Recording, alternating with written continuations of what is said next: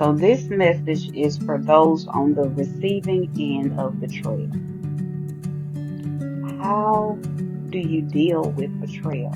How to deal with betrayal, the thing that hurts so much, especially when you know that you are not deserving of it, when you know that you have been a good person, you have only wished goodwill on other people, you have only wished the best for other people.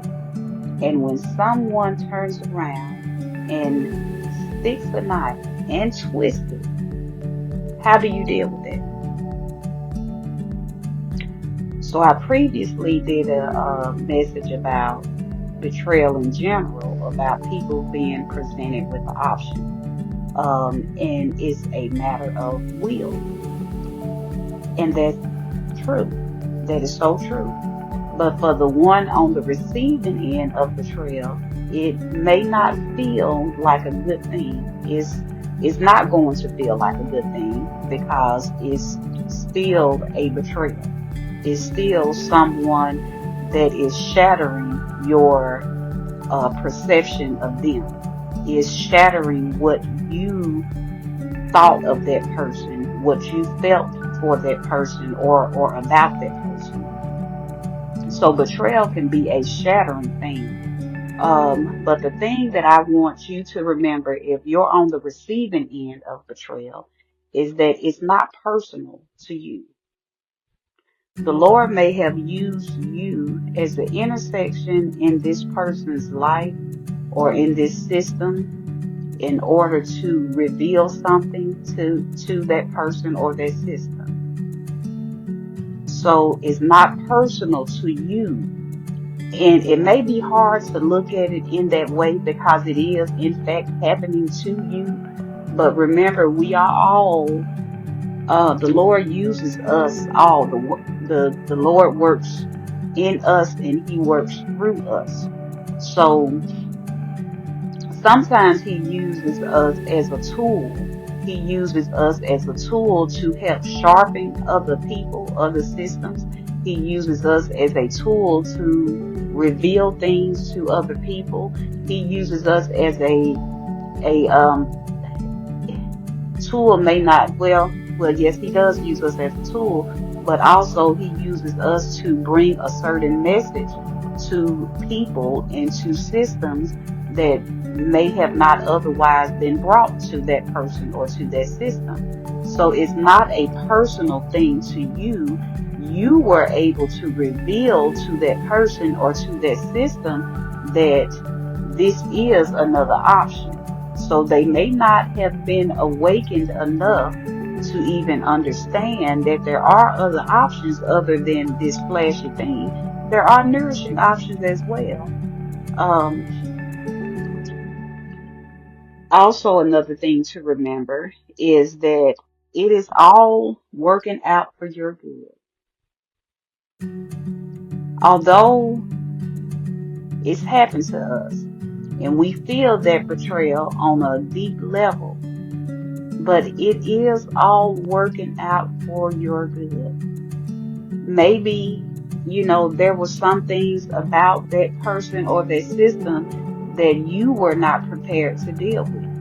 So you may have not been quite ready for that person or that system quite yet.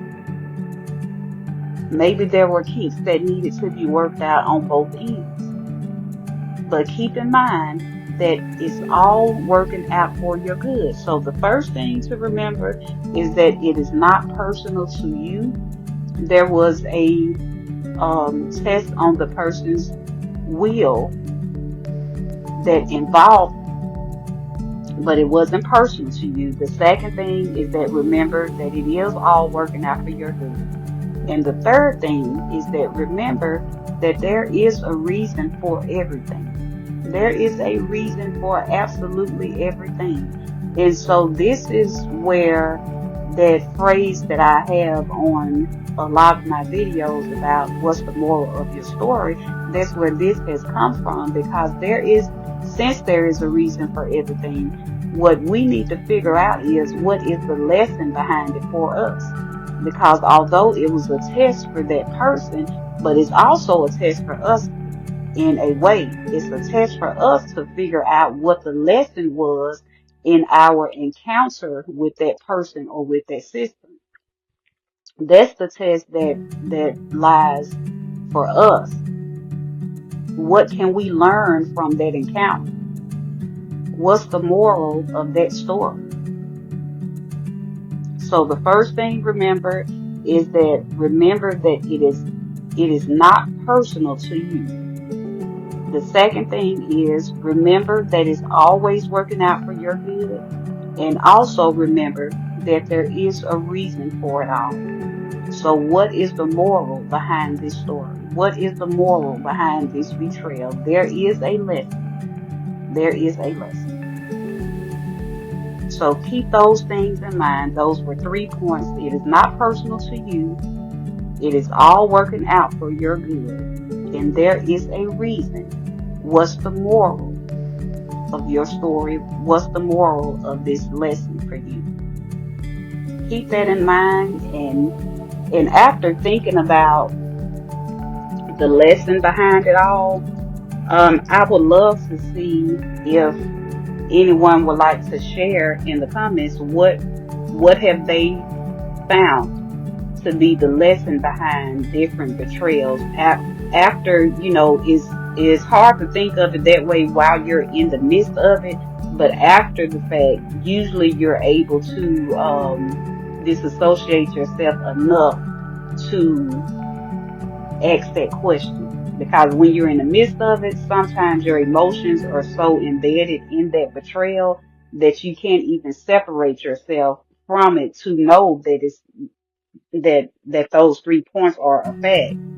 So once you've kind of dealt with all of that grieving, because I mean betrayal, there is a grieving process that happens after betrayal, much like a grieving process after a loved one has died.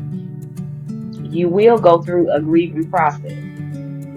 So once you're through that grieving process, then you can understand those 3 points. So I would love to see how have you gotten over betrayal? What have you found to be the moral of that story for you? It will all be different. It will all be, different for each and every betrayal, because we all will get betrayed at some point in our lives. It never feels good. It's never easy to get through it.